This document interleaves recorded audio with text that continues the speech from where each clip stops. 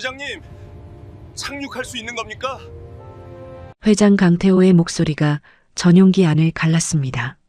부기장 민주는 조종관을 붙잡은 채 힘겹게 대답했습니다. 시야가 너무 나쁩니다. 계기 수치도 계속 흔들립니다. 조금 전까지 해외 계약 이야기로 들떠있던 기내는 기장이 갑자기 쓰러진 뒤 완전히 얼어붙었습니다. 며느리 유라는 창백한 얼굴로 소리쳤습니다. 그럼 우리 이대로 추락하는 거예요? 장남 도윤은 옆에서 찻잔을 정리하던 가정부 서연을 밀치듯 말했습니다. 아줌마, 뒤로 가세요. 지금 나설 때 아니잖아요. 그때 서연이 조종석 계기판을 바라보며 낮게 말했습니다. 그 각도로 내리면 착륙 못합니다. 순간 부기장의 손이 멈췄습니다. 며느리 유라가 울먹이며 말했습니다. 가정부가 뭘 안다고 나서요? 하지만 서연은 흔들리지 않았습니다. 그때 회장 강태호가 절박하게 외쳤습니다. 착륙만 시켜요. 살려내면 강남에 집 한 채 주겠습니다. 서연은 조종석 앞에 서서 조용히 말했습니다. 제가 해보겠습니다. 그 순간 아무도 몰랐습니다. 그들이 무시하던 그 여자가 왜 계기판의 흔들림을 읽을 수 있었는지, 그리고 이 비행이 끝난 뒤 회장 앞에 놓일 오래된 진실이 무엇인지 말입니다. 사연 시작 전 구독과 좋아요를 눌러주셔서 귀한 마음을 나눠주세요. 끝까지 시청하신 후 어디서 듣고 계신지 댓글로 남겨주시면 그곳으로 큰 행운과 복을 보내드리겠습니다. 그럼 오늘 사연 시작하겠습니다.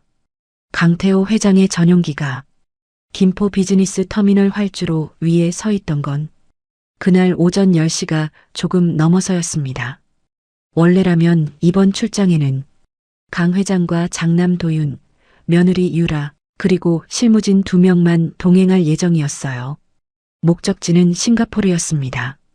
태호그룹이 몇 년 동안 매달려온 동남아 물류터미널 투자 계약이 그곳에서 최종 서명을 앞두고 있었죠. 그 계약은 단순한 해외 사업이 아니었습니다. 최근 몇 년 사이 무리한 확장으로 흔들리던 태호그룹에게는 마지막 숨통 같은 계약이었습니다. 강 회장은 새벽부터 집안을 뒤집어 놓았습니다. 도윤아, 계약서 원본 다시 확인했냐? 장남 강도윤은 태블릿을 넘기며 대답했습니다. 예, 아버지. 법무팀 검토까지 끝났습니다. 며느리 유라는 거울 앞에서 진주 귀걸이를 고쳐 끼며 작게 한숨을 쉬었습니다.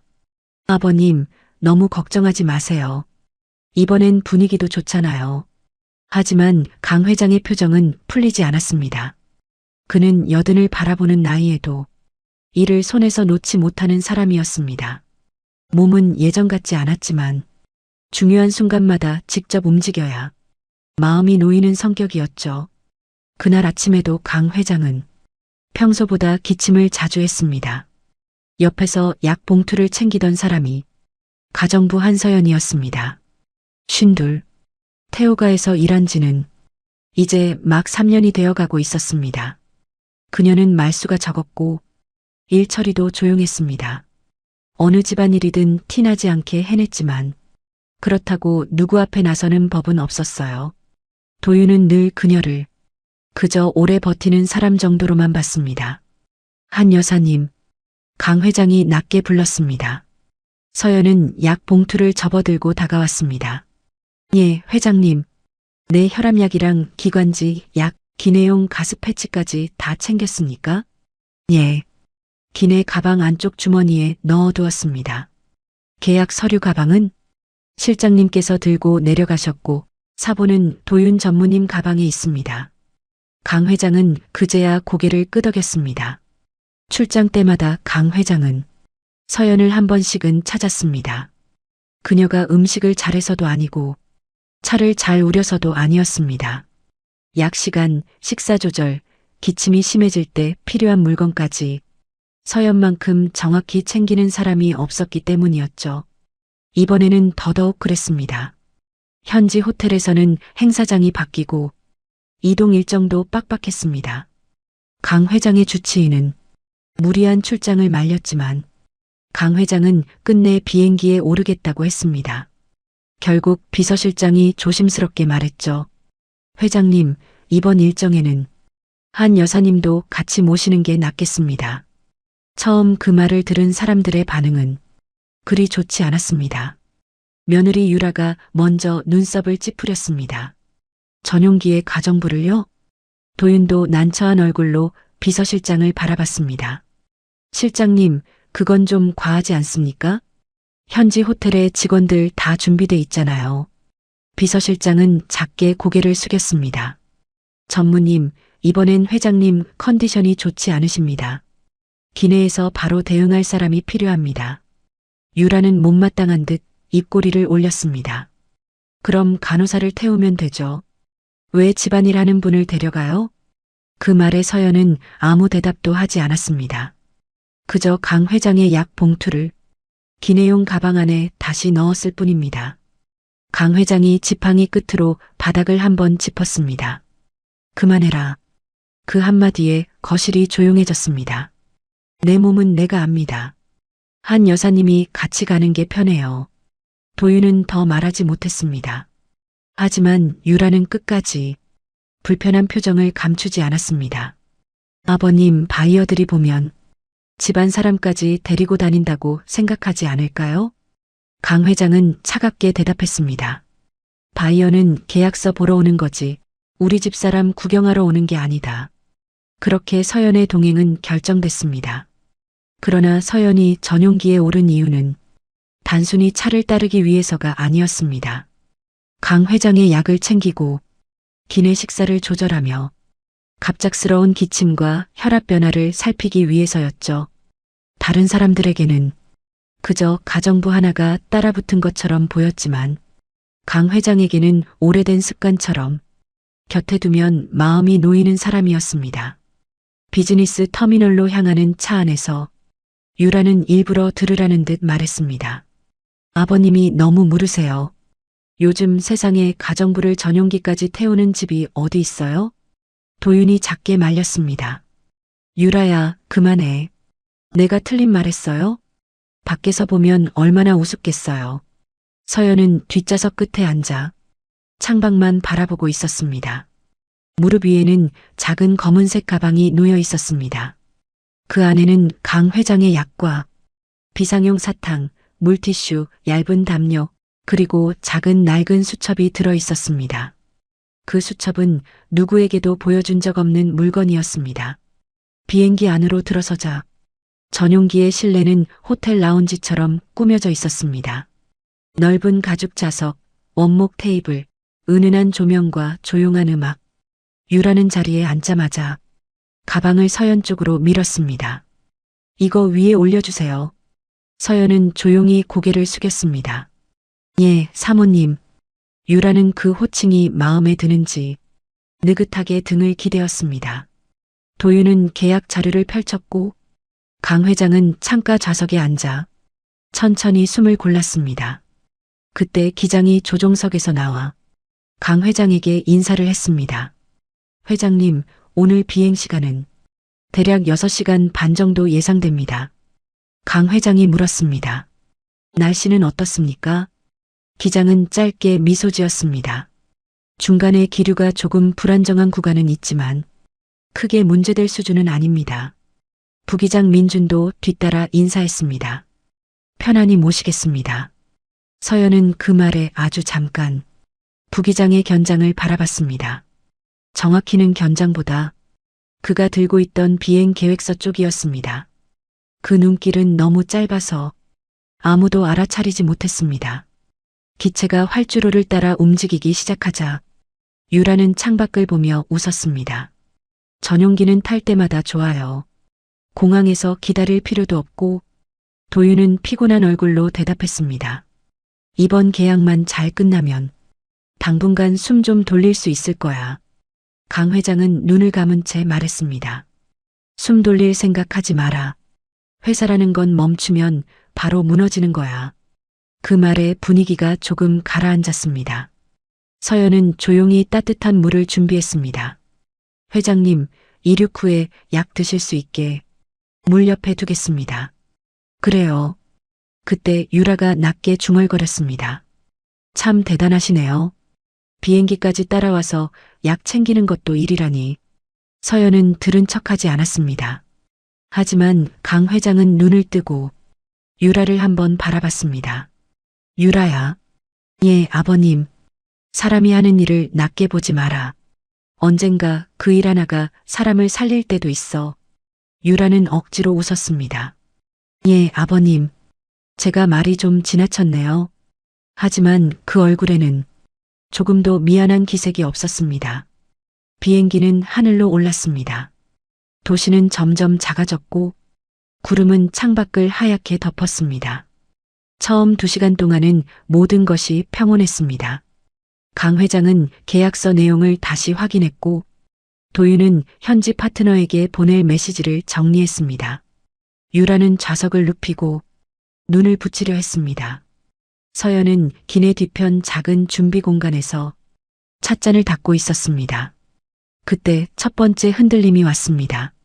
기체가 아래로 툭 떨어지는 듯 하더니 컵 속 물이 옆으로 출렁였습니다. 유라가 놀라 몸을 일으켰습니다. 뭐예요? 도윤은 창밖을 보았습니다. 난기류겠지. 기내 방송이 흘러나왔습니다. 승객 여러분, 기류가 불안정한 구간을 지나고 있습니다. 좌석 벨트를 착용해 주십시오. 처음에는 아무도 심각하게 생각하지 않았습니다. 전용기라고 해서 난기류를 피할 수 있는 건 아니니까요. 그러나 몇 분 뒤 기체가 다시 크게 흔들렸습니다. 이번에는 테이블 위 펜이 바닥으로 굴러떨어졌고 유라가 손잡이를 꽉 붙잡았습니다. 여보, 이거 괜찮은 거 맞아요? 도윤의 표정도 굳었습니다. 벨트매. 서연은 준비 공간에서 나와 강 회장의 물잔을 치우고 테이블 모서리에 있던 서류를 눌렀습니다. 강 회장의 기침이 심해졌습니다. 회장님, 괜찮으십니까? 괜찮아요. 물 좀. 서연은 물을 건넸습니다. 바로 그때였습니다. 조종석 쪽에서 짧은 소란이 들렸습니다. 처음에는 무전 소리인 줄 알았습니다. 하지만 곧 부기장의 다급한 목소리가 들렸습니다. 기장님, 괜찮으십니까? 기장님. 도윤이 자리에서 벌떡 일어났습니다. 무슨 일이야? 승무를 돕던 비서실장이 조종석 쪽으로 급히 다가갔습니다. 문이 반쯤 열리는 순간 안쪽 상황이 보였습니다. 기장은 좌석에 기대어 고개를 떨군 채 의식을 잃고 있었습니다. 부기장 민주는 한 손으로 조종관을 잡고 다른 손으로 관제와 교신을 시도하고 있었습니다. 비서실장의 얼굴이 하얗게 질렸습니다. 회장님, 강 회장이 천천히 일어났습니다. 말해. 비서실장은 목소리를 낮췄지만 기내가 워낙 조용해 모두가 들을 수 있었습니다. 기장님이 쓰러지셨습니다. 유라가 비명을 삼켰습니다. 뭐라고요? 도윤은 조종석 앞으로 다가가려 했습니다. 부기장은? 부기장이 있잖아. 부기장 민준의 목소리가 조종석 안에서 떨리듯 흘러나왔습니다. 비상 착륙을 준비하겠습니다. 다만 현재 시야가 너무 나쁩니다. 창밖은 어느새 검은 구름으로 덮여 있었습니다. 기체는 계속 흔들렸고 기내 조명도 한 번씩 희미하게 떨렸습니다. 강 회장은 지팡이를 쥔 손에 힘을 주었습니다. 부기장님, 착륙할 수 있는 겁니까? 그 질문에 민주는 바로 대답하지 못했습니다. 몇 초의 침묵이 기내 전체를 더 무섭게 만들었습니다. 그리고 그때 서연은 조용히 조종석 쪽을 바라보고 있었습니다. 그녀의 손에는 아직 치우지 못한 찻잔 하나가 들려 있었습니다. 찻잔 속 물은 기체의 흔들림에 맞춰 작게 출렁이고 있었습니다. 그런데 이상하게도 서연의 눈빛만은 조금도 흔들리지 않았습니다. 그녀는 조종석 안에서 들려오는 경고음과 무전 소리를 듣고 있었습니다. 마치 오래전에 잊어버린 언어를 다시 떠올리는 사람처럼요. 시야가 너무 나쁩니다. 계기 수치도 계속 흔들립니다. 부기장 민준의 목소리는 조종석 안에서 낮게 떨리고 있었습니다. 그는 최대한 침착하려 애쓰고 있었지만 손끝에 긴장까지 숨기지는 못했어요. 기장은 옆 좌석에 기대어 아직 의식을 찾지 못하고 있었습니다. 비서실장 박 실장이 기장 쪽으로 몸을 숙여 확인했습니다. 숨은 쉽니다. 하지만 반응이 없습니다. 그 말에 며느리 유라가 자리에서 벌떡 일어났습니다. 그럼 어떡해요? 지금 이 비행기 누가 책임져요? 장남 도윤은 그녀의 팔을 잡았습니다. 유라야, 앉아. 움직이면 더 위험해. 앉아 있으라고요? 지금 기장이 쓰러졌다잖아요. 유라의 목소리는 점점 높아졌고 기내의 공기는 더 차갑게 얼어붙었습니다. 강태호 회장은 천천히 조종석 입구까지 걸어갔습니다. 나이든 몸이었지만 그의 눈빛만큼은 아직 날카로웠습니다. 부기장님, 민준이 고개를 살짝 돌렸습니다. 예, 회장님. 당신이 몰 수 있는 거 아닙니까? 민준은 입술을 한번 깨물었습니다. 조종은 가능합니다. 하지만 지금은 상황 판단이 어렵습니다. 어렵다는 게 무슨 뜻입니까? 악천후 때문에 접근 경로가 흔들리고 있습니다. 고독의 수치도 정상 범위에서 벗어났습니다. 강 회장의 얼굴이 굳었습니다. 그럼 착륙이 안 된다는 겁니까? 민주는 쉽게 대답하지 못했습니다. 조종석 안에서는 짧은 경고음이 반복해서 울리고 있었습니다. 관제탑과 연결된 무전에서는 잡음 섞인 영어가 끊겼다 이어졌습니다. 민주는 다시 무전을 잡았습니다. 여기는 태호원. 현재 기장 의식 불명, 비상접근 요청합니다. 무전기 너머에서 관제사의 목소리가 들려왔지만 중간중간 잡음에 묻혔습니다. 태호원, 현재 기상 악화로 기본 접근 경로 유지가 어렵습니다. 민주는 마른 침을 삼켰습니다. 대체 활주로 시정은 얼마나 됩니까? 대답이 바로 오지 않았습니다. 기체가 다시 한번 아래로 꺼지듯 흔들렸고 유라는 짧게 비명을 질렀습니다. 아버님, 이거 진짜 위험한 거 아니에요? 강 회장은 대답하지 않았습니다. 그의 시선은 오직 조종석 안에 고정되어 있었죠. 그때 도윤이 서연 쪽을 돌아봤습니다. 서연은 여전히 기내 뒤편에 서 있었습니다. 손에 들고 있던 찻잔은 이미 테이블 위에 내려놓은 뒤였습니다. 그녀는 다른 사람들처럼 소리치지 않았습니다. 겁에 질린 얼굴도 아니었습니다. 다만 조종석 안에서 들려오는 말들을 하나하나 놓치지 않으려는 사람처럼 조용히 귀를 기울이고 있었어요. 도윤은 그 모습이 괜히 거슬렸습니다. 한 여사님, 서연이 고개를 들었습니다. 예, 전무님. 뒤쪽으로 가 계세요. 지금 괜히 여기 있다가 다칩니다. 서연은 짧게 대답했습니다. 알겠습니다. 그녀가 한 걸음 물러서려는 순간 조종석 안에서 민준의 혼잣말이 흘러나왔습니다. 왼쪽으로 돌려야 하나? 아니면 그대로 내려가야 하나? 아주 작은 목소리였습니다. 대부분은 듣지 못했지만 서연은 그 말을 들었습니다. 그녀의 시선이 조종석 계기판 쪽으로 움직였습니다. 문이 완전히 닫히지 않아 일부 수치와 경고등이 보였습니다. 기체의 기울기, 속도, 고도, 그리고 구름 사이에서 간헐적으로 보이는 지상의 불빛. 서연은 아주 낮게 말했습니다. 왼쪽은 안 됩니다. 도윤이 눈살을 찌푸렸습니다. 뭐라고요? 서연은 조종석을 바라본 채 다시 말했습니다. 왼쪽으로 더 틀면 착륙각도 못 잡습니다. 그 순간 민준의 손이 멈췄습니다. 조종석 안에 있던 모두가 잠깐 숨을 멈춘 듯 했습니다. 민준은 천천히 뒤를 돌아봤습니다. 방금 누가 말했습니까? 도윤은 당황한 듯 서연을 봤습니다. 한 여사님이요. 유라가 헛웃음을 터뜨렸습니다. 지금 뭐 하는 거예요? 가정부가 뭘 안다고 끼어들어요? 서연은 유라를 보지 않았습니다. 그녀의 눈은 계속 조종석 안의 계기판을 향해 있었습니다. 민준이 조심스럽게 물었습니다. 방금 왼쪽은 안 된다고 하셨습니까? 예. 왜 그렇게 보셨죠? 서연은 잠깐 침묵했습니다. 말을 꺼낼지 말지 스스로도 망설이는 듯 했어요. 하지만 기체가 다시 흔들리자 그녀는 더 이상 물러서지 않았습니다. 현재 속도에서 왼쪽으로 더 틀면 기체가 밀릴 가능성이 큽니다. 기내가 조용해졌습니다. 그 말은 평범한 가정부의 말투가 아니었습니다. 강 회장도 그걸 느꼈습니다. 한 여사님, 서연이 그제야 강 회장을 바라봤습니다. 예, 회장님. 당신 방금 무슨 말을 한 겁니까? 서연은 조용히 숨을 들이쉬었습니다. 제가 틀렸을 수도 있습니다. 그런 말 말고 어떻게 그런 걸 압니까? 그 질문에 서연은 바로 대답하지 않았습니다. 민준이 급히 끼어들었습니다. 회장님, 잠시만요. 그의 목소리는 조금 달라져 있었습니다. 조금 전까지 흔들리던 목소리와 달리 어딘가 희미한 기대가 섞여 있었죠. 한 여사님, 혹시 비행 경험이 있으십니까? 유라가 바로 말을 잘랐습니다. 부기장님, 지금 제정신이에요?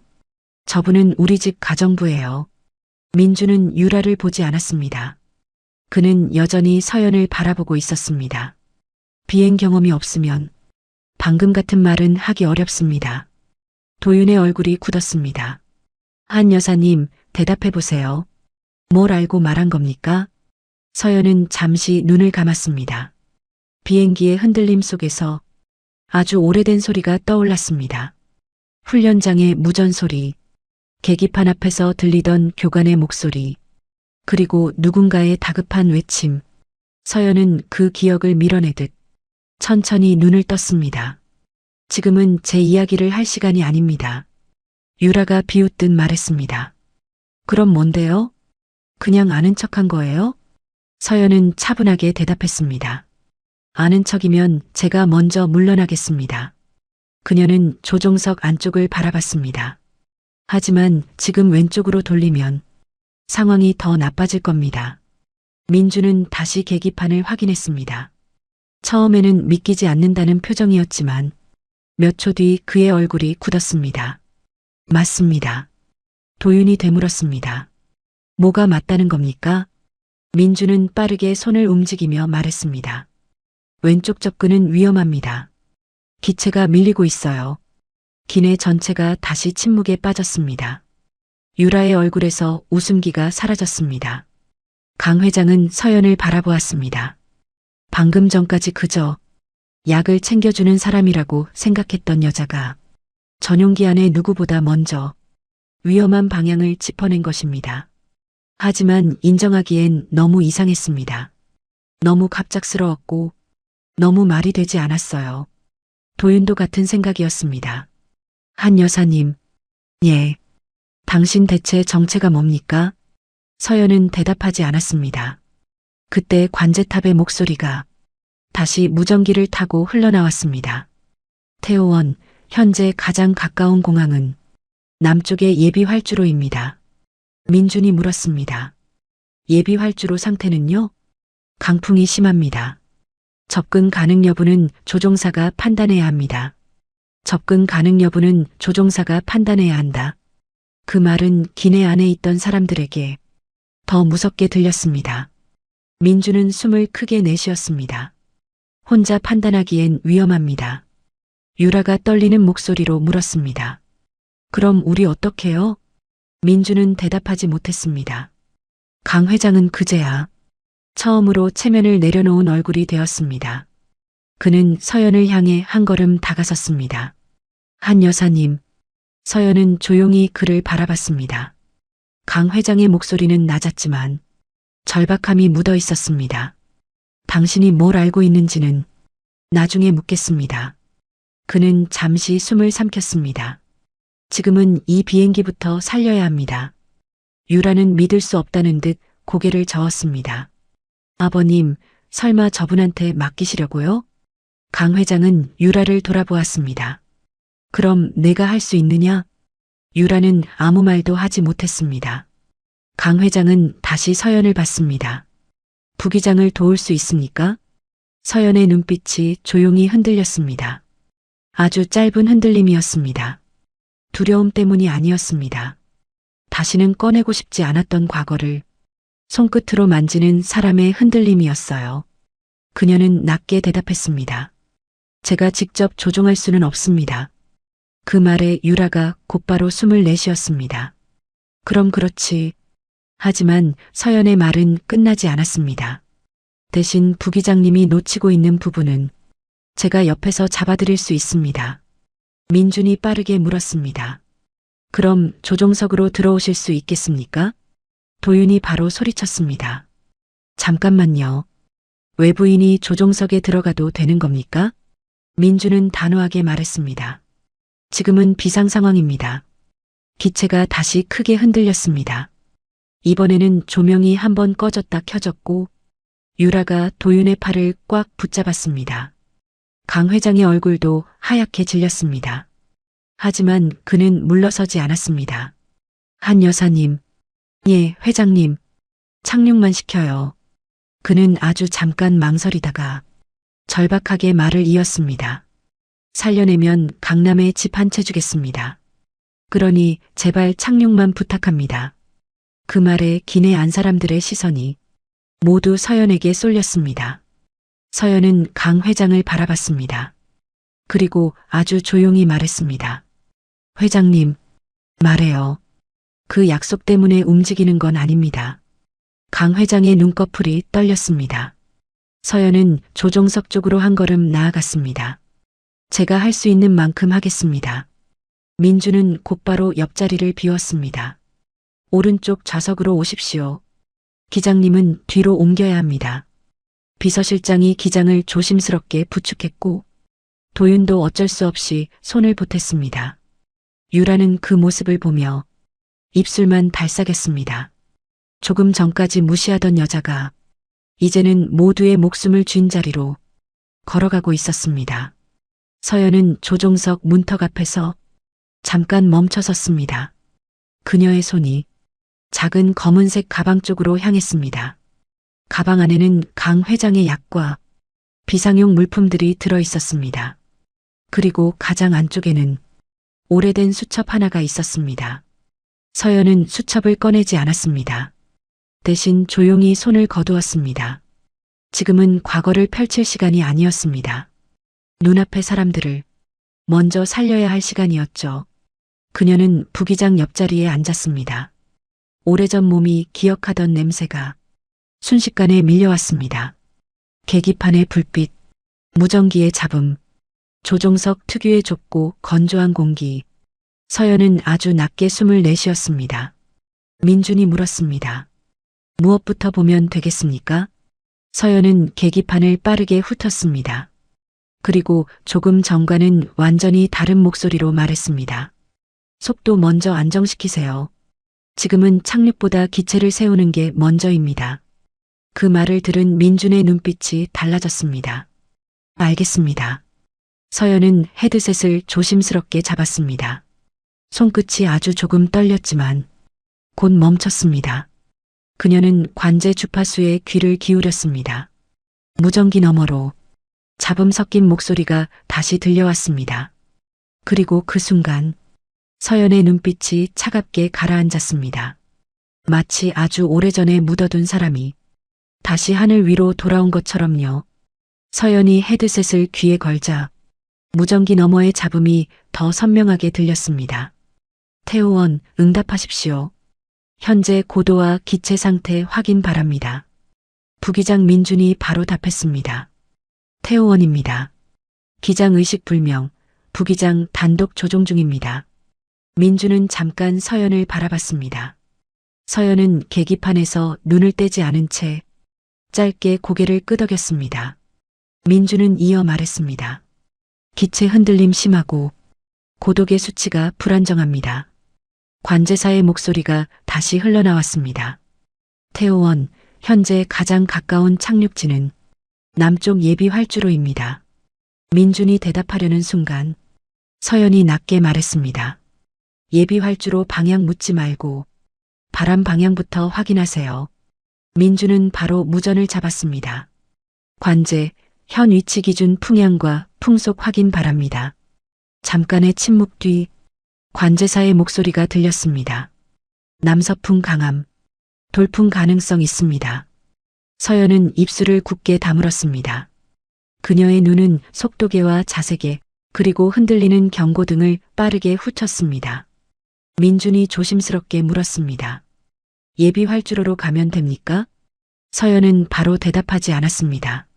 창밖은 온통 먹구름뿐이었습니다. 가끔 구름이 갈라질 때마다 멀리 희미한 불빛이 스쳐 지나갔지만 그것이 도시인지 활주로인지 구분하기 어려웠습니다. 서연은 조용히 말했습니다. 지금 바로 내려가면 안 됩니다. 민준의 얼굴이 굳었습니다. 연료가 넉넉하지 않습니다. 알고 있습니다. 그런데 더 버티자고요? 서연은 민준을 바라봤습니다. 버티자는 게 아닙니다. 기체를 먼저 안정시켜야 합니다. 그 목소리는 낮았지만 흔들림이 없었습니다. 민준은 그제야 서연의 말투가 이상하게 익숙하다는 걸 느꼈습니다. 누군가에게 설명하는 말투가 아니라 상황을 지휘하는 말투였습니다. 조종석 밖에서는 유라의 울먹이는 목소리가 들렸습니다. 여보, 저 사람 믿어도 되는 거야? 도윤은 대답하지 못했습니다. 그 역시 서연을 믿어서 조용히 있는 게 아니었습니다. 그저 다른 방법이 없어서 입을 다물고 있을 뿐이었죠. 강태호 회장은 조종석 문 밖에 손을 짚은 채 서 있었습니다. 박 실장이 조심스럽게 말했습니다. 회장님, 자리에 앉으셔야 합니다. 기체가 계속 흔들립니다. 강 회장은 고개를 저었습니다. 여기서 보겠습니다. 위험합니다. 내가 시킨 비행입니다. 끝까지 봐야죠. 그 말에 박 실장은 더 이상 말리지 못했습니다. 조종석 안에서 민준이 기체를 오른쪽으로 조금씩 틀었습니다. 순간 바람이 기체 옆면을 때리듯 밀어붙였습니다. 비행기가 크게 흔들리자 뒤쪽에서 유라의 비명이 터졌습니다. 안 돼요. 민준의 손에도 힘이 들어갔습니다. 서연은 바로 말했습니다. 힘으로 잡지 마세요. 밀리는 방향을 먼저 읽어야 합니다. 민준이 숨을 몰아쉬었습니다. 알겠습니다. 속도 조금 낮추고 기술을 억지로 누르지 마세요. 민준은 서연의 말을 따라 천천히 조작을 이어갔습니다. 기체의 흔들림이 눈에 띄게 줄어든 건 아니었습니다. 하지만 조금 전처럼 마구 떨어지는 느낌은 사라졌습니다. 민준은 아주 작게 중얼거렸습니다. 말이 됩니다. 서연은 그 말을 듣고도 표정을 바꾸지 않았습니다. 그녀에게 중요한 건 인정받는 일이 아니었습니다. 지금 이 순간 기체가 얼마나 버틸 수 있는지였습니다. 그때 관제사의 목소리가 급해졌습니다. 태호원, 현재 예비 활주로 접근 허가 가능. 다만 시야 확보 불안정합니다. 민준이 물었습니다. 접근 고도 지시 바랍니다. 관제사의 답이 돌아왔습니다. 하지만 잡음이 심해 중간 숫자가 뭉개져 들렸습니다. 민준이 다시 물었습니다. 다시 말씀해 주십시오. 고도 확인이 어렵습니다. 무전은 잠깐 끊겼다가 이어졌습니다. 서연은 그 사이 조종석 왼쪽 아래의 보조 수치를 확인했습니다. 그리고 민준보다 먼저 말했습니다. 그 고도 그대로 믿으면 안 됩니다. 민준이 눈을 크게 떴습니다. 왜요? 주계기가 흔들리고 있습니다. 보조 수치와 차이가 큽니다. 민준은 곧바로 보조계기를 확인했습니다. 그의 얼굴이 굳어졌습니다. 정말 다릅니다. 서연은 짧게 말했습니다. 관제의 레이더 고도 확인 요청하세요. 민준은 바로 무전을 잡았습니다. 관제 레이더 기준 고도 재확인 요청합니다. 잠시 뒤 관제사의 답이 왔습니다. 태호원, 현재 표시 고도보다 실제 고도 낮을 가능성 있습니다. 그 말을 듣는 순간 기내에 있던 사람들은 의미를 몰라도 분위기가 달라졌다는 건 알 수 있었습니다. 도윤이 조용히 물었습니다. 저게 무슨 뜻입니까? 박 실장이 떨리는 목소리로 답했습니다. 잘못 내려갔으면 땅에 더 가까웠다는 뜻 같습니다. 유라의 얼굴이 완전히 굳었습니다. 그녀는 더 이상 서연을 비웃지 못했습니다. 강 회장은 조종석 안의 서연을 바라봤습니다. 그 여자는 조금 전까지 자기 약을 챙기고 물을 따라주던 사람이었습니다. 그런데 지금은 전문가조차 놓칠 뻔한 부분을 짚어내고 있었습니다. 강 회장의 손끝이 천천히 떨렸습니다. 그 떨림은 공포 때문만은 아니었습니다. 묘한 불안감이었습니다. 서연이라는 사람을 자신이 너무 몰랐다는 불안감. 민주는 숨을 고르며 말했습니다. 이대로 예비 활주로에 접근하겠습니다. 서연은 바로 고개를 저었습니다. 아직 아닙니다. 민준의 눈썹이 움직였습니다. 또 문제가 있습니까? 강풍이 측면에서 들어옵니다. 활주로를 정면으로 잡으면 밀릴 겁니다. 그럼 어떻게 해야 합니까? 서연은 창밖을 바라봤습니다. 구름 속에서 아주 짧게 활주로 불빛이 보였습니다. 그녀는 그 짧은 순간을 놓치지 않았습니다. 조금 우측으로 여유를 두고 들어가야 합니다. 마지막에 바람이 밀 겁니다. 민주는 마른 침을 삼켰습니다. 그건 꽤 위험한 접근입니다. 그래도 지금은 그게 낫습니다. 민주는 서연을 바라봤습니다. 그는 더 이상 그녀를 가정부라고만 보지 않았습니다. 하지만 묻고 싶은 말은 목구멍 끝까지 올라와 있었습니다. 대체 어디서 이런 걸 배웠습니까? 정말 누구였습니까? 하지만 지금 묻기에는 시간이 너무 없었습니다. 그때 뒤쪽에서 유라가 떨리는 목소리로 말했습니다. 아줌마. 서연은 돌아보지 않았습니다. 유라는 잠깐 망설이다가 목소리를 낮췄습니다. 아니, 한 여사님. 우리 정말 살 수 있는 거예요? 조금 전까지 비웃던 말투는 어디에도 없었습니다. 서연은 계기판을 보며 대답했습니다. 확실하다고는 못합니다. 유라의 눈이 흔들렸습니다. 서연은 이어 말했습니다. 그래도 포기할 상황은 아닙니다. 그 한마디가 기내 사람들의 숨을 아주 조금 붙잡아 주었습니다. 민주는 무전을 잡았습니다. 관제, 예비 활주로 접근하겠습니다. 우측 보정 후 최종 진입합니다. 관제사가 되물었습니다. 태호원, 우측 보정 접근 확인합니까?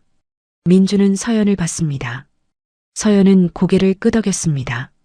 확인합니다.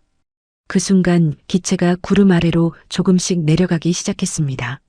창밖은 여전히 어두웠지만 저 멀리 활주로 유도등이 희미하게 보였습니다. 기내 뒤쪽에서는 도윤이 유라의 손을 잡고 있었습니다. 강 회장은 조종석 문가에 서서 한마디도 하지 않았습니다. 그리고 서연은 한 손으로 좌석 옆 손잡이를 잡은 채 계기판에서 시선을 떼지 않았습니다. 그녀의 눈앞에 지금의 활주로와는 다른 활주로가 겹쳐졌습니다. 오래전 군 비행장, 비에 젖은 활주로, 그리고 끝내 돌아오지 못한 한 대의 비행기. 서연은 눈을 한번 감았다 떴습니다. 과거가 밀려오려 했지만 그녀는 그것을 다시 눌러 넣었습니다. 지금은 기억에 빠질 시간이 아니었습니다. 부기장님, 예. 지금부터 제 말 짧게 할 겁니다. 들은 대로 바로 움직이세요. 민준이 단단한 목소리로 대답했습니다. 알겠습니다.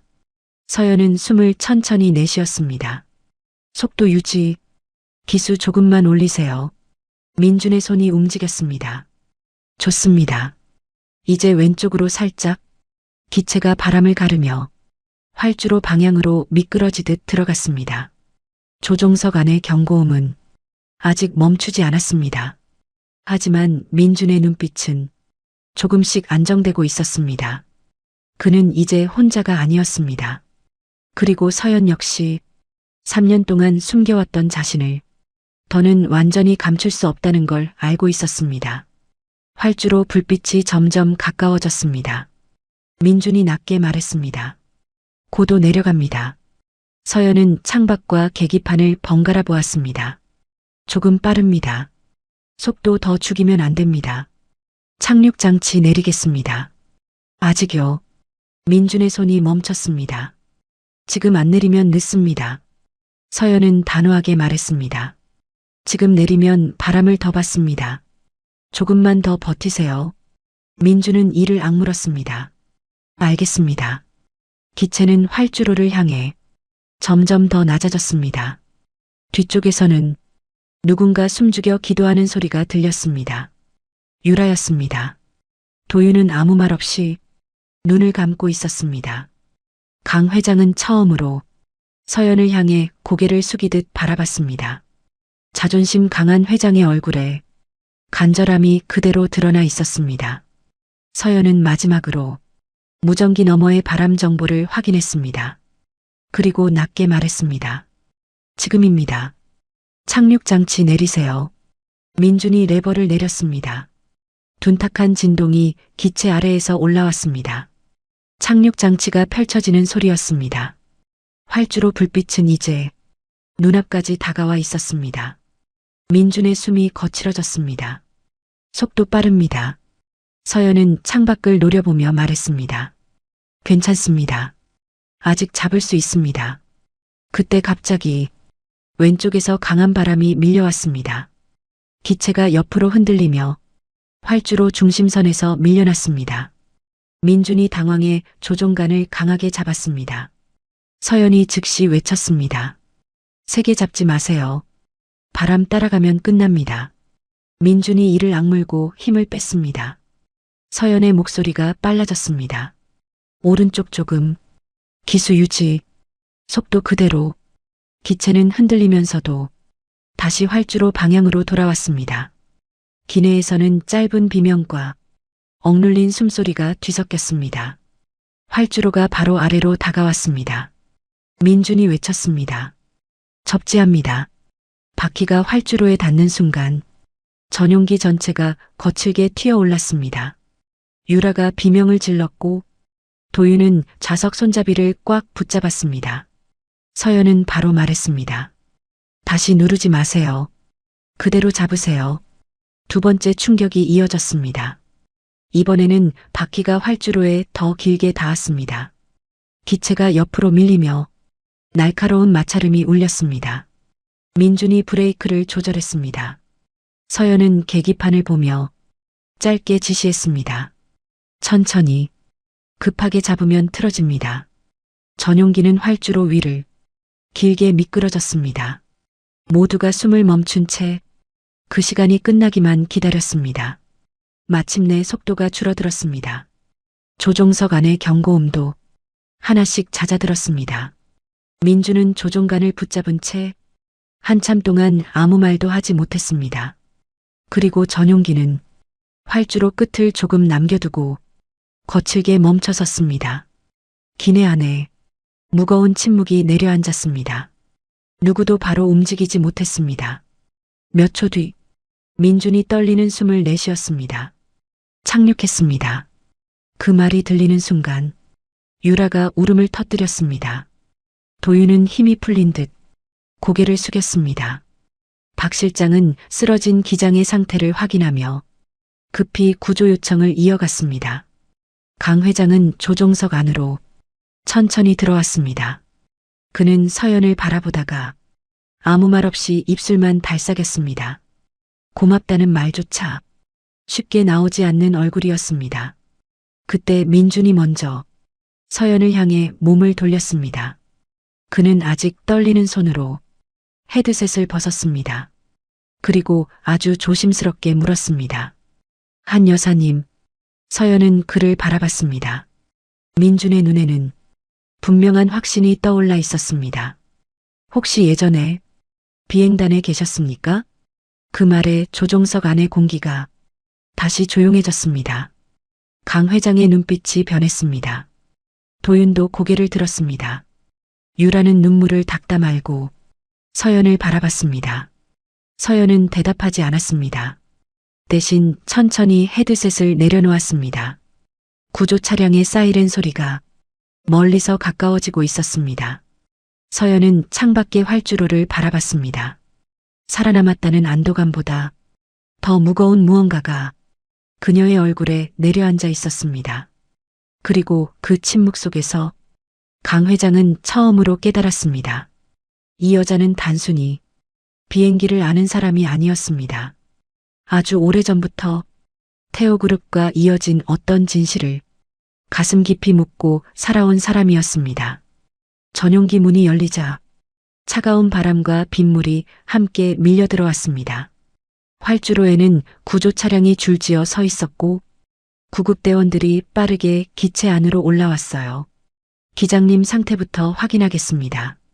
구급대원 2명이 조종석으로 들어가 쓰러진 기장을 조심스럽게 살폈습니다.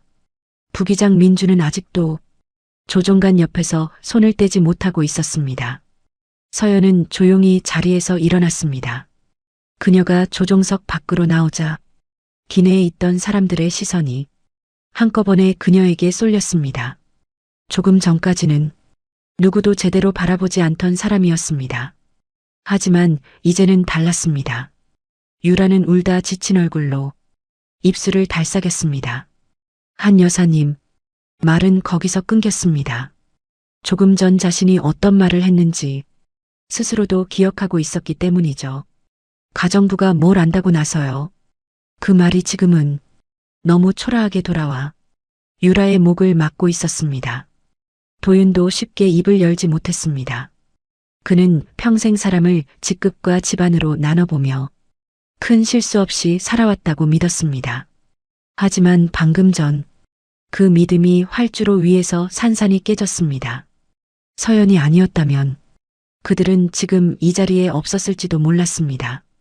강태호 회장은 잠시 서연을 바라보다가 천천히 입을 열었습니다. 한 여사님, 서연은 평소처럼 고개를 숙였습니다. 예, 회장님. 그 모습이 더 이상하게 느껴졌습니다. 조금 전 조종석 안에서 부기장에게 지시하던 사람과 지금 고개를 숙인 사람은 분명 같은 사람인데도 전혀 달라 보였어요. 강 회장은 마른 침을 삼켰습니다. 방금 한 일, 그는 말을 끝내지 못했습니다. 감사하다는 말인지, 정체를 묻는 말인지, 스스로도 정하지 못한 얼굴이었습니다. 그때 부기장 민준이 조종석에서 나왔습니다. 그는 서연 앞에 서서 아주 조심스럽게 고개를 숙였습니다. 덕분에 살았습니다. 서연은 짧게 대답했습니다. 부기장님이 끝까지 잡아주셨기 때문입니다. 민준은 고개를 저었습니다. 아닙니다. 제가 놓친 걸 한 여사님이 잡으셨습니다. 그 말에 기내가 다시 조용해졌습니다. 민준은 잠깐 망설이다가 조금 더 낮은 목소리로 물었습니다. 실례지만 다시 여쭤봐도 되겠습니까? 서연은 대답하지 않았습니다. 민준은 그녀의 눈치를 살피며 말을 이었습니다. 예전에 비행단에 계셨습니까? 그 한마디에 강 회장의 눈썹이 미세하게 움직였습니다. 도윤은 민준을 바라봤고 유라는 숨을 삼켰습니다. 비행단. 그 단어가 기내에 내려앉는 순간 서연의 얼굴에서 아주 작은 변화가 스쳤습니다. 하지만 그녀는 곧 평소의 표정으로 돌아왔습니다. 오래전 일입니다. 민준의 눈빛이 흔들렸습니다. 그럼 정말 지금은 기장님 이송이 먼저입니다. 서연은 말을 부드럽게 끊었습니다. 민준도 더 묻지 못했습니다. 그때 박 실장이 다급히 다가왔습니다. 회장님, 공항 측에서 대기실을 준비했다고 합니다. 현지 당국 조사도 곧 시작될 것 같습니다. 강 회장은 고개를 끄덕였습니다. 기장은 병원으로 보내고 부기장님도 검진받게 하세요. 예, 회장님. 유라가 떨리는 목소리로 물었습니다. 그럼 계약은요? 우리 지금 싱가포르도 못 가는 거잖아요. 도윤이 낮게 말했습니다. 지금 계약 얘기가 나와? 그럼 어떡해요? 그 계약 때문에 탄 비행기잖아요. 유라의 말은 이기적으로 들렸지만 완전히 틀린 말도 아니었습니다. 태오그룹의 상황은 그만큼 벼랑 끝이었습니다. 이번 계약이 틀어지면 은행권의 압박은 더 거세질 것이고 도윤이 진행하던 구조조정 계획도 한꺼번에 무너질 수 있었습니다. 강 회장은 피곤한 얼굴로 눈을 감았습니다. 계약은 다시 잡으면 된다. 도윤이 조심스럽게 말했습니다. 아버지, 상대 쪽에서 기다려줄지 모르겠습니다. 사람이 죽을 뻔했는데 계약서가 먼저냐? 도윤은 입을 다물었습니다. 그때 서연이 기내 뒤편으로 걸어갔습니다. 유라는 그 모습을 보다가 급히 입을 열었습니다. 한 여사님, 서연이 멈춰섰습니다. 유라는 자존심을 삼키듯 잠깐 고개를 내렸습니다. 아까는 제가 너무 놀라서요. 사과라고 하기엔 부족했습니다. 하지만 유라에게는 그 정도 말도 쉽지 않았습니다. 서연은 차분하게 대답했습니다. 괜찮습니다. 많이 놀라셨을 겁니다. 그 말에 유라는 더 작아졌습니다. 화를 내거나 따지면 오히려 마음이 편했을지도 모릅니다. 그런데 서연은 늘 그랬듯 조용히 넘어갔습니다. 그 점이 유라를 더 부끄럽게 만들었습니다. 공항 대기실로 이동한 뒤에도 분위기는 쉽게 풀리지 않았습니다. 기장에게는 급성 증상이 의심된다는 의료진의 설명이 나왔고 민주는 조사를 위해 따로 불려갔습니다. 강 회장은 별도의 방에서 공항 관계자와 통화하고 있었습니다. 도윤은 노트북을 열어 싱가포르 측과 연락을 시도했습니다. 하지만 화면 속 답장은 차가웠습니다. 비상 착륙 사정은 이해하지만 일정 지연으로 최종 서명은 재검토하겠다는 내용이었습니다. 도윤은 이마를 짚었습니다. 끝났네. 유라가 작게 물었습니다. 정말 그렇게 심각해요? 상대 쪽은 원래 우리를 끝까지 믿지 않았어. 이번 일로 명분이 생긴 거지. 하지만 사고였잖아요. 사업에서는 사고도 실력으로 봐. 도윤의 목소리는 지쳐 있었습니다. 그때 대기실 한쪽에 앉아있던 서연이 조용히 일어섰습니다. 그녀는 강 회장의 약 봉투를 꺼내 물과 함께 테이블에 놓았습니다. 회장님, 약 드실 시간입니다. 강 회장은 통화를 마치고 서연을 바라봤습니다. 예전 같으면 당연하게 받았을 물컵이 이상하게도 쉽게 손에 잡히지 않았습니다. 강 회장은 낮게 물었습니다.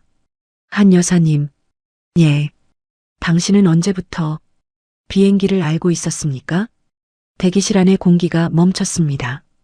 도윤도 노트북에서 눈을 뗐고 유라도 조심스레 서연을 바라봤습니다. 서연은 잠시 침묵했습니다. 오래전 조금 배운 적이 있습니다. 강 회장의 눈빛이 날카로워졌습니다. 조금 배워서 되는 일이 아니었습니다. 서연은 대답하지 않았습니다. 강 회장은 한 걸음 더 들어갔습니다. 민준 부기장이 말했습니다. 당신은 단순히 조종법을 아는 수준이 아니었다고요. 서연의 손끝이 약 봉투 위에 가볍게 멈췄습니다. 강 회장은 낮게 물었습니다. 당신 예전에 군에 있었습니까? 그 순간 서연의 시선이 아주 천천히 강 회장에게 닿았습니다. 그 눈빛은 처음 보는 것이었습니다. 순하고 조용한 가정부의 눈이 아니라 오래된 시간을 견딘 사람의 눈이었습니다. 서연은 부드럽지만 단단하게 말했습니다. 회장님께서 굳이 아실 필요는 없습니다. 도윤이 끼어들었습니다. 한 여사님, 지금 그게 무슨 태도입니까? 서연은 도윤을 바라봤습니다. 전무님, 예. 오늘 제가 답하지 않아도 전무님 가족은 모두 무사히 내렸습니다. 도윤은 순간 말문이 막혔습니다. 서연의 목소리는 높지 않았습니다. 하지만 그 안에는 도윤이 쉽게 누르던 사람의 기색이 없었습니다. 강 회장은 손을 들어 도윤을 말렸습니다. 그만해라. 도윤은 입술을 다물었습니다. 서연은 다시 고개를 숙였습니다. 기장님 상태 확인되면 저는 먼저 돌아가겠습니다. 유라가 놀라 물었습니다. 돌아간다고요? 예. 이제 제가 할 일은 끝났습니다. 강 회장은 천천히 의자에 앉았습니다. 아직 끝나지 않았습니다. 서연은 그 말을 듣고 잠시 움직임을 멈췄습니다. 강 회장이 이어 말했습니다. 내가 약속했지요. 강남에 집 한 채 주겠다고. 서연은 조용히 대답했습니다. 받지 않겠습니다. 유라가 무심코 되물었습니다. 왜요? 강 회장도 같은 눈빛이었습니다. 서연은 잠깐 대기실 창밖을 바라봤습니다. 비에 젖은 활주로 위로 구조 차량의 불빛이 천천히 지나가고 있었습니다. 그 집이 제게 필요했다면 저는 오늘 조종석 앞에 서지 못했을 겁니다. 강 회장은 그 말의 뜻을 곧바로 이해하지 못했습니다. 서연은 작은 검은색 가방을 들어 올렸습니다. 그 안쪽에 있던 낡은 수첩이 잠깐 모습을 드러냈습니다. 강 회장의 시선이 그 수첩에 멈췄습니다. 아주 오래된 군용 수첩이었습니다. 겉면은 닳아 있었고 모서리는 비에 젖었다 마른 듯 우글거렸습니다. 강 회장의 얼굴에 낯선 긴장이 스쳤습니다. 그건 뭡니까? 서연은 수첩을 다시 가방 안으로 넣었습니다. 제가 아직 버리지 못한 것입니다. 버리지 못한 거? 서연은 더 설명하지 않았습니다. 그때 박 실장이 대기실 문을 열고 들어왔습니다. 회장님, 강 회장이 눈을 돌렸습니다. 뭔가 박 실장의 얼굴이 심상치 않았습니다.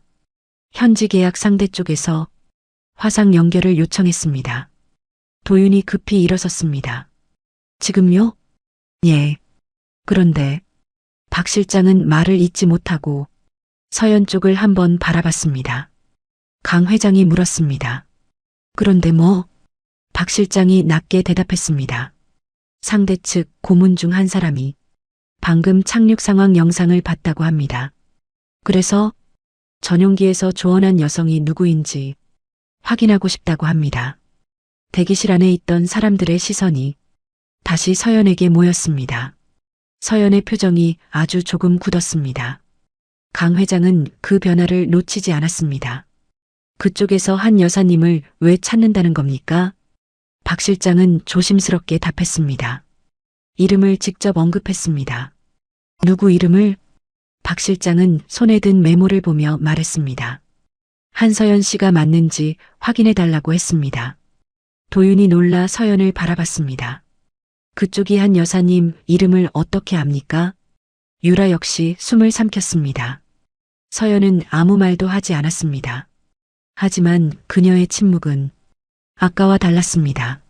숨기고 싶은 사람이 아니라 결국 올 것이 왔다는 사람의 침묵이었습니다.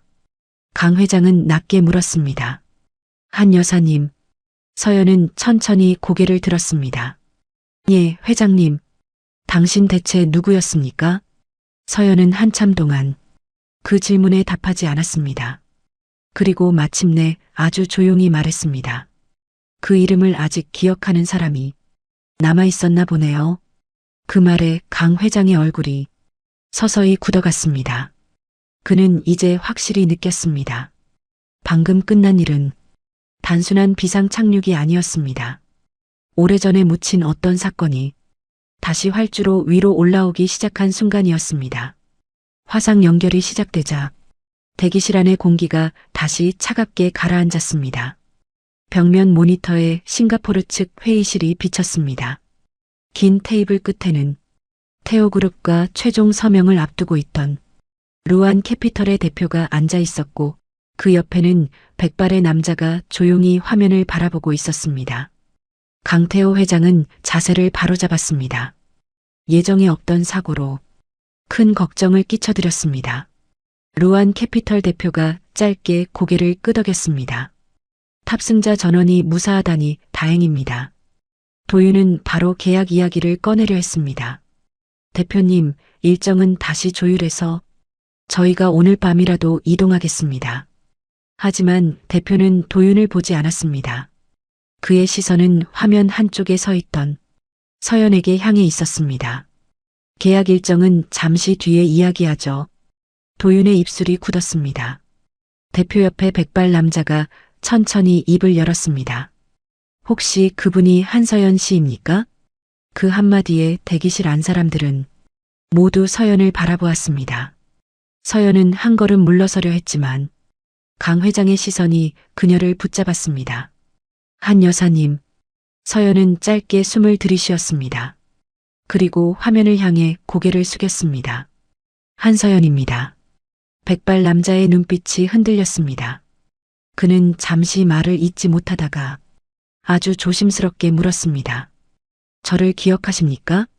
서연은 모니터 속 남자를 바라봤습니다. 긴 세월이 지나 얼굴은 많이 달라졌지만 눈매와 목소리는 낯설지 않았습니다. 최재호 대령님. 강 회장의 눈썹이 꿈틀거렸습니다.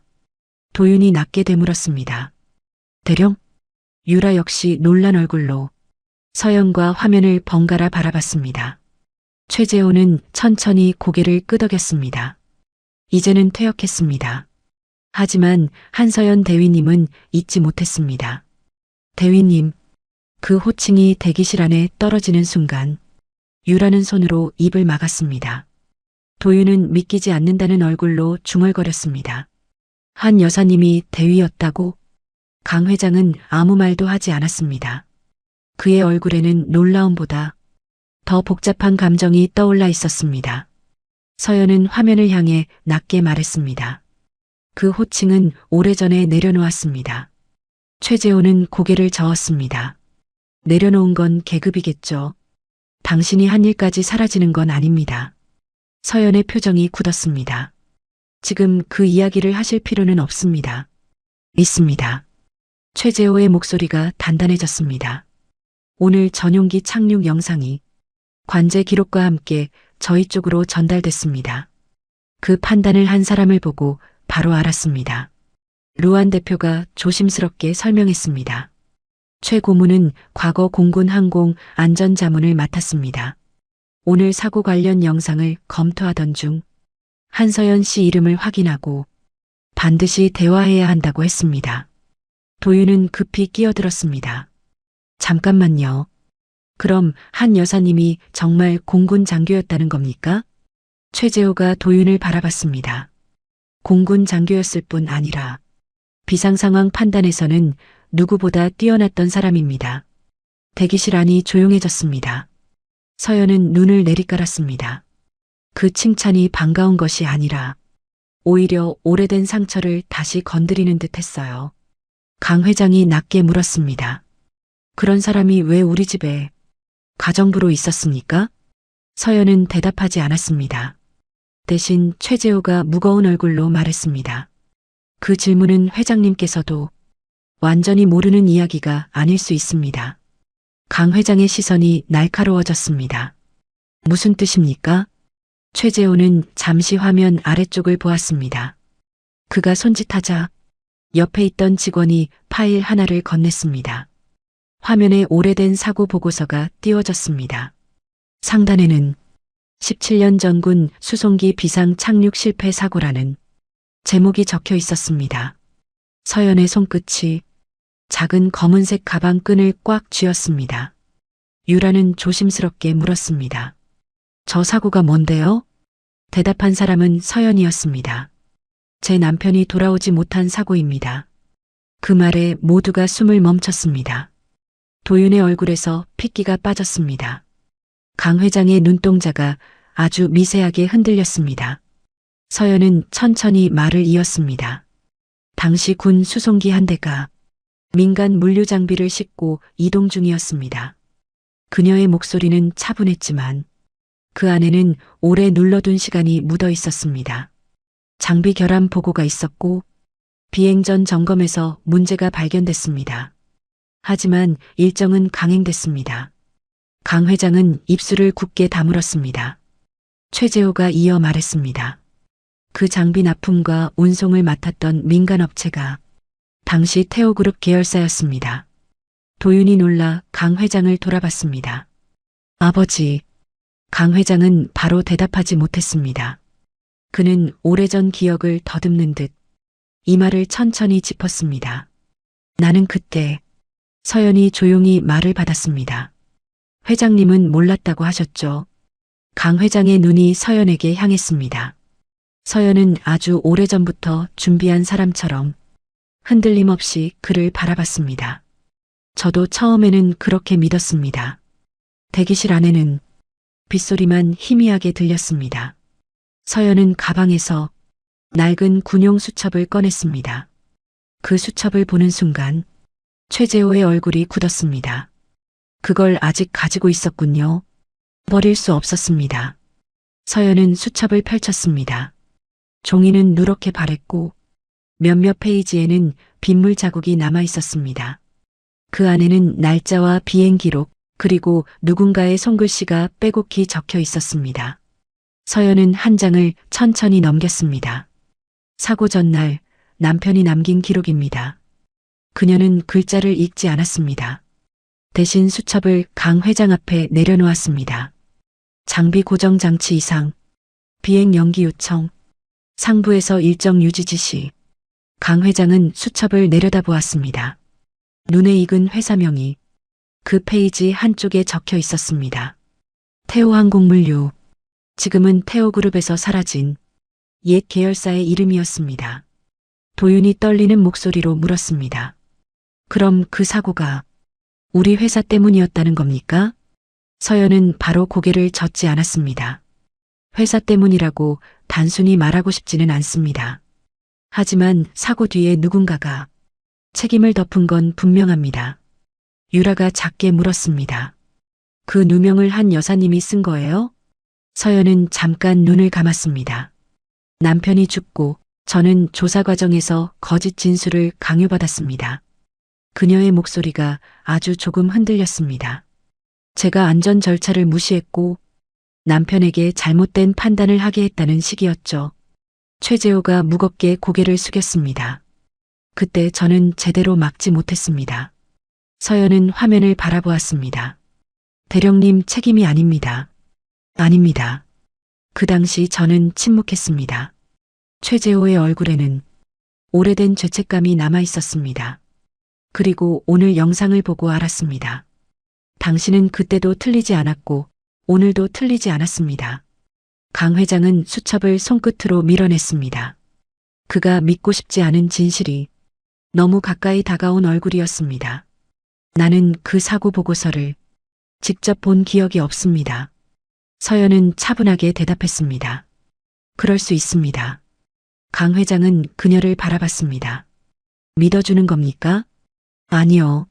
서연의 대답은 부드러웠지만 단호했습니다. 회장님이 정말 몰랐는지 아니면 모른 척했는지는 이제 확인해야죠. 그 말에 도윤이 자리에서 일어났습니다. 한 여사님 말씀 조심하세요.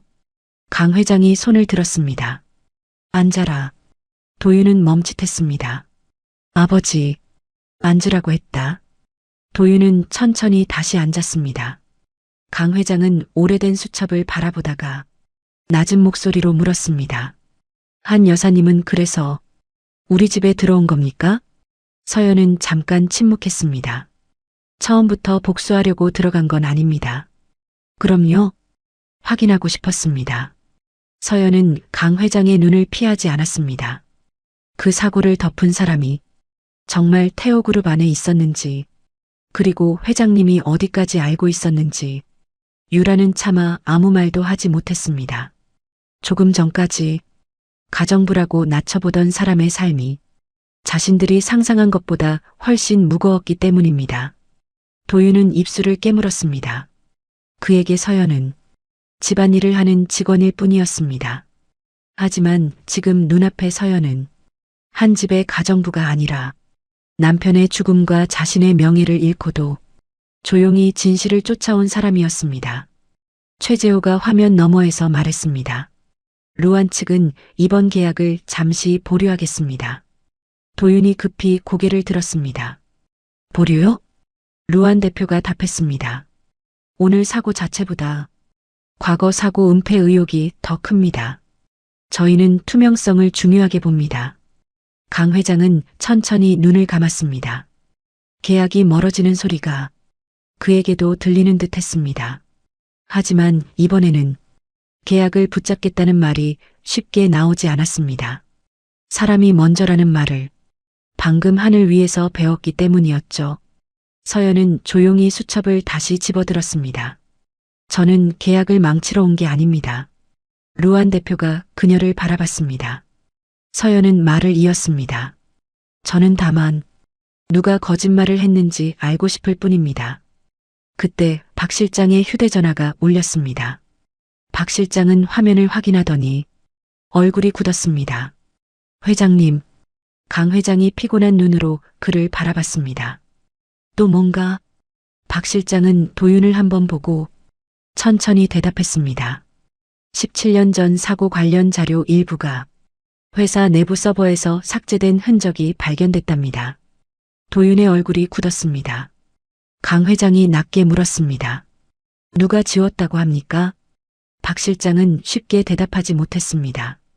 그 침묵만으로도 대기실 안의 사람들은 불길함을 느꼈습니다. 강 회장의 목소리가 더 낮아졌습니다. 말해요. 박 실장이 겨우 입을 열었습니다. 당시 접근 권한이 있던 계정이 강도윤 전무님 명의로 되어 있습니다. 유라가 숨을 삼켰습니다. 여보, 도윤은 자리에서 벌떡 일어났습니다. 말도 안 됩니다. 그때 저는 아직 회사 일선에 없었습니다. 박 실장이 조심스럽게 말했습니다. 명의만 전무님 계정이고 실제 사용자는 확인이 필요합니다. 강 회장의 시선이 도윤에게 향했습니다. 그 눈빛에는 의심과 두려움이 섞여 있었습니다. 도윤은 억울하다는 듯 고개를 저었습니다. 아버지, 저는 아닙니다. 서연은 도윤을 바라봤습니다. 그의 표정은 진심으로 당황한 듯 보였습니다. 그렇다면 누가 도윤의 이름을 사용했을까요? 그리고 왜 하필 그 오래된 사고 기록을 지워야 했을까요? 화면 속 최재호가 낮게 말했습니다. 이제 진짜 조사는 막 시작된 것 같습니다. 서연은 수첩을 가슴 앞에 조용히 안았습니다. 비행기는 멈췄지만 17년 전의 진실은 이제 막 움직이기 시작하고 있었습니다. 박 실장의 말이 떨어진 뒤 대기실 안은 한동안 아무 소리도 나지 않았습니다. 도윤은 믿을 수 없다는 얼굴로 자신의 이름이 적힌 자료를 바라보고 있었어요. 제 계정이라고요? 박 실장은 조심스럽게 고개를 끄덕였습니다. 예. 다만 실제 접속 위치는 확인 중입니다. 도윤은 강 회장을 돌아봤습니다. 아버지, 저는 아닙니다. 정말 아닙니다. 유라도 떨리는 목소리로 끼어들었습니다. 여보가 그때 몇 살이었는데요? 회사 핵심 서버를 어떻게 건드려요? 그 말은 맞았습니다. 17년 전 도윤은 아직 회사 일을 제대로 맡기도 전이었습니다. 강 회장은 눈을 가늘게 뜨고 박 실장을 바라봤습니다. 그 계정은 누가 만들었지요? 박 실장의 얼굴이 굳었습니다. 당시 회장 비서실에서 임원 가족명의 관리 계정을 만든 기록이 있습니다. 비서실? 예. 강 회장의 시선이 천천히 바닥으로 떨어졌습니다. 오래전 기억 하나가 뒤늦게 떠오른 듯 했습니다. 태호항 곡물류 사고가 터진 직후 그는 병원과 언론, 채권단 사이를 오가느라 회사 내부 조사까지 직접 챙기지 못했습니다. 그때 모든 자료 정리와 대외 발표를 맡았던 사람, 지금은 은퇴해 지방 별장에 내려가 있다던 전 부회장 오재문이었습니다. 강 회장은 낮게 물었습니다. 오재문은 지금 어디 있습니까? 박 실장이 숨을 삼켰습니다. 어제 싱가포르에 도착한 것으로 확인됐습니다. 도윤의 얼굴이 굳었습니다. 왜요? 박 실장은 대답 대신 태블릿 화면을 강 회장 앞에 밀었습니다. 싱가포르 현지 기사였습니다. 루안 캐피털 계약 자문단 명단 안에 오재문의 이름이 있었습니다. 유라가 작게 중얼거렸습니다. 그럼 그분이 우리 계약에도 끼어 있었다는 거예요? 강 회장은 아무 말도 하지 못했습니다. 그는 이제야 알 것 같았습니다. 이번 계약이 왜 그렇게 빠르게 진행됐는지, 왜 루안 쪽에서 태오그룹의 약점을 이상하리만큼 잘 알고 있었는지, 그리고 왜 17년 전 사고 기록이 지금 이 순간 다시 모습을 드러냈는지 말입니다. 서연은 조용히 물었습니다. 오재문 부회장님이 그 사고 자료를 정리하신 분 맞습니까? 강 회장은 천천히 고개를 들었습니다. 맞습니다. 서연의 손끝이 수첩 모서리를 꽉 눌렀습니다. 그분이 제게 말했습니다. 강 회장이 그녀를 바라봤습니다. 뭐라고 했습니까? 서연은 잠시 숨을 골랐습니다. 남편이 무리한 비행을 고집했고 제가 절차를 어지럽혔다고요. 그녀의 목소리는 차분했지만 그 안쪽은 오래된 빗물처럼 젖어 있었습니다. 그 말을 믿은 사람들은 저를 더 이상 동료로 보지 않았습니다. 남편을 잃고 제자리까지 잃었죠. 최재호의 얼굴이 화면 속에서 무겁게 굳었습니다. 그때 내가 더 파고들었어야 했습니다. 서연은 고개를 저었습니다. 아닙니다. 그때는 모두가 겁을 먹었으니까요. 강 회장은 떨리는 손으로 수첩을 다시 펼쳤습니다. 그 안에는 남편이 남긴 마지막 기록이 있었습니다. 장비 고정 이상, 비행 연기 요청, 민간업체 일정 압박, 그리고 마지막 줄, 서연에게 미안하다. 강 회장은 그 줄에서 시선을 떼지 못했습니다. 그때 화상 화면 속 루안 대표가 조용히 말했습니다. 오재문 고문도 지금 이 회의실에 있습니다. 대기실 안에 모두가 얼어붙었습니다. 잠시 뒤 화면 오른쪽 문이 열리고 한 노인이 천천히 들어왔습니다. 단정한 양복 차림에 흰 머리를 넘긴 남자, 오재문이었습니다. 그는 화면 속에서 강 회장을 보자 아무렇지 않게 미소를 지었습니다. 오랜만입니다, 회장님. 강 회장의 목소리는 낮게 가라앉았습니다. 오재문, 이렇게 다시 뵙게 될 줄은 몰랐습니다. 오재문의 시선이 서연에게로 옮겨갔습니다. 그의 미소가 아주 조금 굳었습니다. 한서연 대위도 참 오래 버텼군요. 그 한마디에 모든 답이 담겨 있었습니다. 도윤이 분노한 얼굴로 소리쳤습니다. 당신이었습니까? 제 이름으로 자료를 지운 사람이? 오재문은 태연하게 대답했습니다. 젊은 사람 이름 하나 빌리는 건 그때 그리 어려운 일이 아니었습니다. 유라가 입을 막았습니다. 강 회장의 얼굴에는 분노보다 더 깊은 허탈함이 번졌습니다. 왜 그랬습니까? 오재문은 짧게 웃었습니다. 회장님을 위해서였습니다. 나를 위해서? 그 사고가 제대로 터졌으면 태오그룹은 그때 무너졌습니다. 납품 비리, 장비 결함, 군사고 감당 가능하셨겠습니까? 강 회장은 손을 꽉 쥐었습니다. 그래서 사람 죽은 일을 덮었습니까? 회장님도 결국 살아남은 회사를 택하셨을 겁니다. 강 회장은 천천히 고개를 저었습니다. 나는 몰랐습니다. 오재문이 비웃듯 말했습니다. 모른다는 말은 편하지요. 윗사람들은 늘 그렇게 살아남습니다. 그 말은 강 회장의 가슴을 찔렀습니다. 정말 몰랐는지 아니면 알 기회를 외면했는지 그는 자신에게도 완전히 떳떳하다고 말할 수 없었습니다. 서연이 조용히 앞으로 나섰습니다. 오재문 부회장님. 오재문은 그녀를 바라봤습니다. 아직도 그 수첩 하나로 뭘 바꿀 수 있다고 생각합니까? 서연은 수첩을 내려다봤습니다. 수첩 하나로는 부족하겠죠.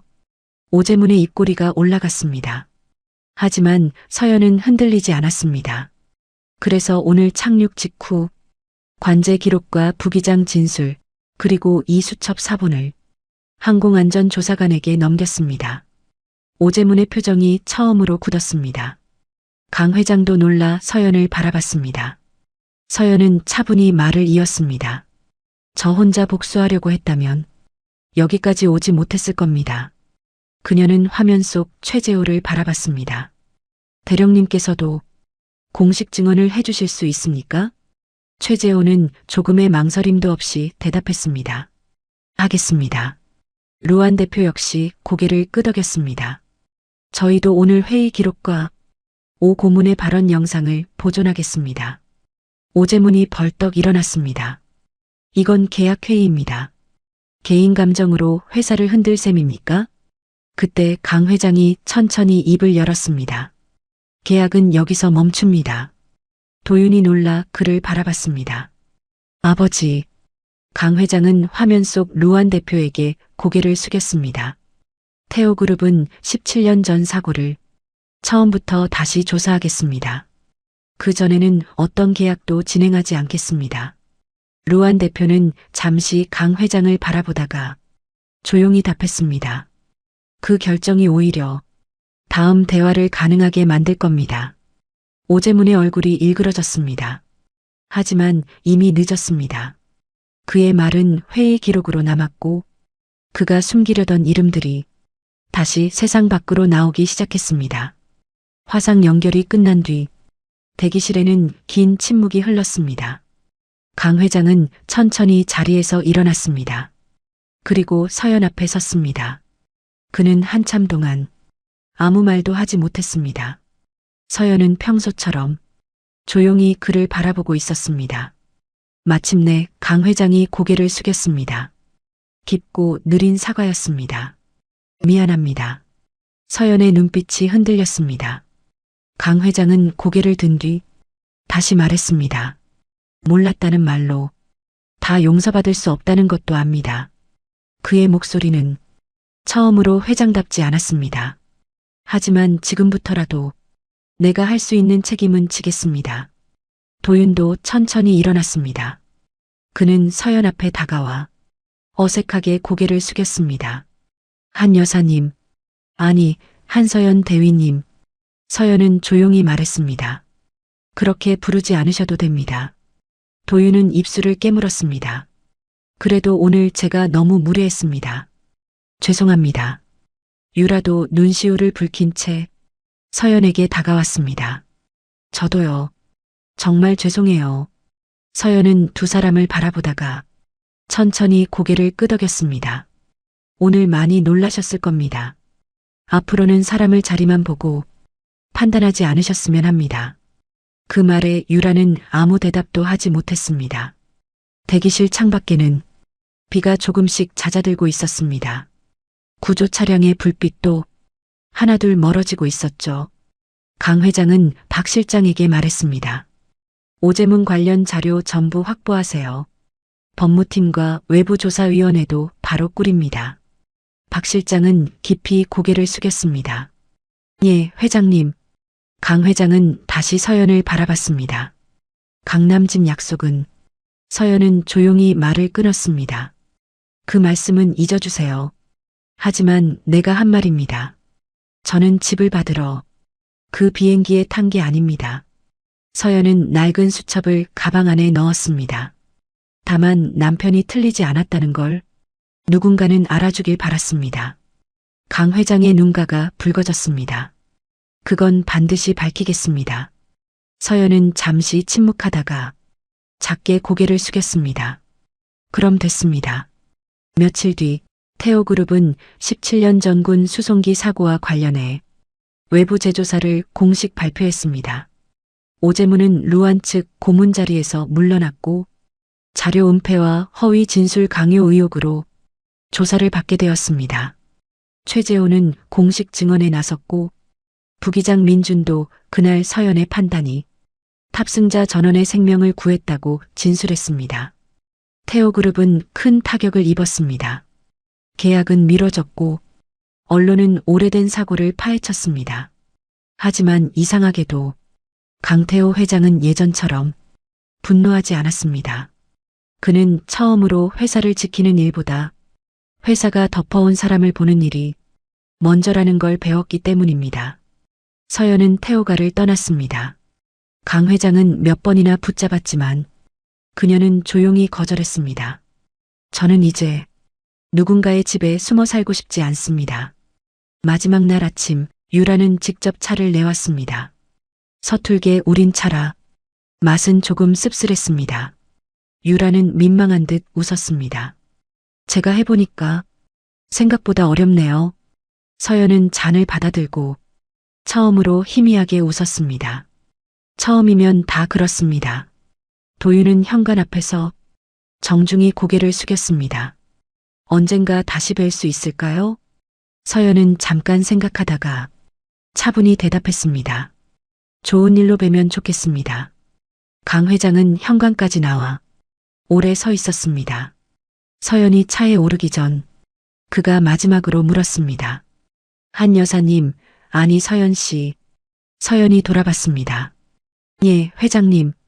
그날 비행기에서 무섭지 않았습니까? 서연은 잠시 하늘을 올려다봤습니다. 맑게 갠 하늘 위로 작은 비행기 한 대가 지나가고 있었습니다. 그녀는 조용히 말했습니다. 무서웠습니다. 강 회장은 숨을 멈춘 듯 그녀의 다음 말을 기다렸습니다. 서연은 천천히 이어 말했습니다. 그래도 누군가는 겁먹은 사람들 옆에 있어야 하니까요. 그 말만 남기고 서연은 차에 올랐습니다. 강 회장은 멀어지는 차를 보며 오랫동안 고개를 숙이고 있었습니다. 그날 이후 태호가 사람들은 더 이상 사람을 쉽게 낮춰 부르지 못했습니다. 그리고 강태호 회장은 매년 사고가 있던 날이면 한 이름을 가장 먼저 찾아갔습니다. 한서연의 남편, 그리고 그 사고로 돌아오지 못한 사람들, 뒤늦은 사과가 모든 것을 되돌릴 수는 없었습니다. 하지만 진실은 결국 가장 낮은 자리에서 조용히 버티던 사람의 손으로 다시 하늘 위에 올려졌습니다. 그날 전용기를 착륙시킨 건 기술만이 아니었습니다. 오래된 억울함을 품고도 끝내 사람부터 살리려 했던 한 사람의 마음이었습니다. 오늘 이야기는 하늘 위에서 벌어진 위기였지만 결국 땅 위에 우리가 어떤 마음으로 살아야 하는지를 묻는 이야기였습니다. 사람의 가치는 옷차림이나 직업, 지금 서 있는 자리만으로 정해지지 않습니다. 누군가를 낮춰본 그 순간 우리는 어쩌면 가장 소중한 사람을 못 알아보고 있는지도 모릅니다. 늦은 사과가 모든 상처를 지울 수는 없지만 진실을 외면하지 않는 용기만큼은 남은 시간을 바꿀 수 있습니다. 여러분 곁에도 조용히 자신의 자리를 지켜온 사람이 있나요? 사연 재밌게 들으셨다면 좋아요와 구독 그리고 어디서 듣고 계신지 남겨주시면 그것보다 더 큰 응원은 없습니다. 오늘도 영상 시청해주셔서 감사합니다.